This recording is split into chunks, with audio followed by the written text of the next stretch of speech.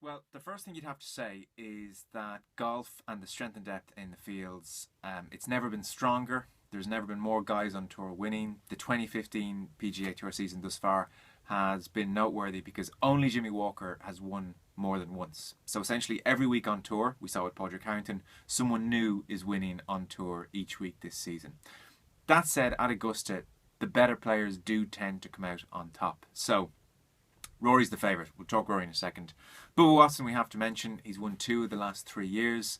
He can drive the ball 365 yards, as he did last year on the par 5 13th. He's very good around the greens. He's born to win there with his lefty fade. So he's a huge contender, and he's going to be thereabouts, as long as he doesn't have a tantrum, as he's prone to do. Jordan Spieth has been the form player along with Jimmy Walker on tour this year. They're both in with a real chance. Spieth in particular, last year he came close enough. Spieth will be in the top 10. He's a very decent each way bet. There's Dustin Johnson, who, if he can have a decent week around the greens with his long game, has a huge chance. There's a few other guys, and then of course there's Rory. The simple stat for Rory, which he brought up this week, is that on the par 5s last year, he was level par for the par 5s across the 4 days.